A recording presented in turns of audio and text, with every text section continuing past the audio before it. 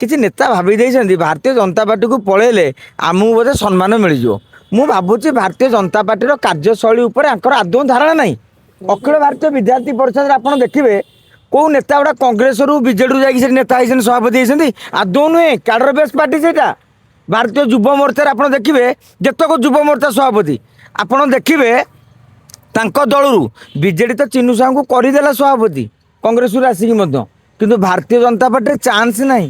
Brand BJP ନହେଲେ ତାଙ୍କର ଦଳର ସଭାପତି ଯେତକ କୁହନ୍ତୁ, ବିଜୟ ମହାପାତ୍ର ଅତୀତରେ ଆସିଥିଲେ ବିଜେପିର ସଭାପତି ହେବା ପାଇଁ ଚାହୁଁଥିଲେ, କରେଇଦେଲେ। ତାଙ୍କର ଯେତକ ସଭାପତି କୁହନ୍ତୁ ଯେ ଅମକ ସଭାପତି ପୂର୍ବରୁ ଅନ୍ୟ ଦଳରେ ଥିଲେ, ଏବେ ଆସିକି ସଭାପତି ହେଇଛନ୍ତି। ଜଣେ ବି ସଭାପତି ଆପଣ ଦେଖିବେନି 80 ମସିହାରୁ ଆଜି ପର୍ଯ୍ୟନ୍ତ। ଜଣେ ବି ଯୁବ ମୋର୍ଚ୍ଚାର ସଭାପତି ଦେଖିବେନି। ଜଣେ ବି ଏବିଭିପିର ସଭାପତି ଯେଉଁମାନେ ଅନ୍ୟ ଦଳରୁ ଆସିଛନ୍ତି।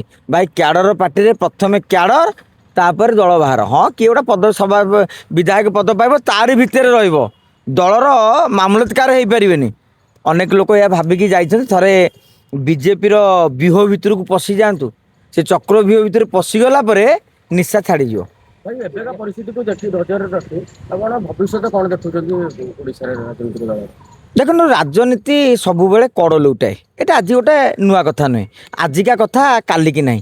ଆପଣ ଜାଣିଛନ୍ତି 2002 ମସିହାରେ ଏଇ ଦିଲ୍ଲୀପ ରାୟ ବାଜିମାତ କରିଥିଲେ। ସେତେବେଳେ 14ରୁ 15 ବିଜେଡ଼ି ବିଧାୟକ କ୍ରସ୍ ଭୋଟିଂ କରିଥିଲେ। ପରବର୍ତ୍ତୀ ସମୟରେ ସେମାନେ ଦଳରେ ରହିଲେ, ଟିକେଟ୍ ବି ପାଇଲେ।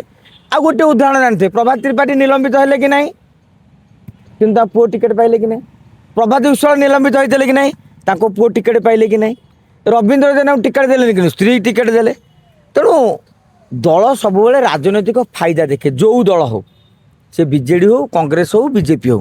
କାଲି ଯଦି ମୁଁ ତମଠୁ ରାଜନୈତିକ ଫାଇଦା ଅଧିକା ଦେଖିବି ଆଉ ଗୋଟେ ଲୋକ ତୁଳନାରେ, ମୁଁ ତମକୁ ପସନ୍ଦ କରିବି, ଆକୁ ଗୋଇଠା ମାରିବି। ଏଇଟା ଦଳ ସବୁବେଳେ ଚାଲେ। ଆସାମରେ ବର୍ତ୍ତମାନ ମୁଖ୍ୟମନ୍ତ୍ରୀ ଯିଏ ଅଛନ୍ତି ସେ କଂଗ୍ରେସର ବ୍ୟାକବୋନ୍ ଥିଲେ। ଆଜିକା ଦିନରେ ବିଜେପି ନେତାଙ୍କୁ ସାଇଡ୍ କରି ଦଳ ଦାୟିତ୍ୱ ଦେଇଛି। ତେଣୁ ଗାଇମୋଟ କହିଲେ, ମୁଁ ରାଜନୀତି କହିଲେ ଏତିକି ବୁଝିଛି, ତମର ଯଦି ଗ୍ରାଉଣ୍ଡରେ ମାଟି ଅଛି ନା, ଯେଉଁ ଦଳକୁ ଗଲେ ବି ତୁମେ ମଜବୁତ ହେଇକି ଠିଆ ହେବ।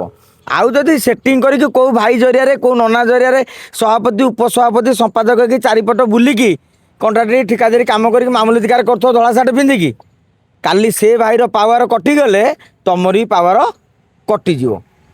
ତେଣୁ ସେଥିପାଇଁ ଜହ୍ନ ଏତେ ଜୋରରେ ଜଳୁଛି, କିନ୍ତୁ ଆପଣ ଜାଣନ୍ତି ଜହ୍ନର ନିଜସ୍ୱ ଲାଇଟ୍ ନାହିଁ, କିନ୍ତୁ ତାରା ଚିକିମିକି କରୁଛି, କିନ୍ତୁ ତା ନିଜସ୍ୱ ଲାଇଟ୍ ଦୂରରେ ଅଛି ବୋଲି ଛୋଟ ଲାଗୁଥାଇପାରେ, କିନ୍ତୁ ତାରାଟା ସୂର୍ଯ୍ୟଠି ବି ବଡ଼।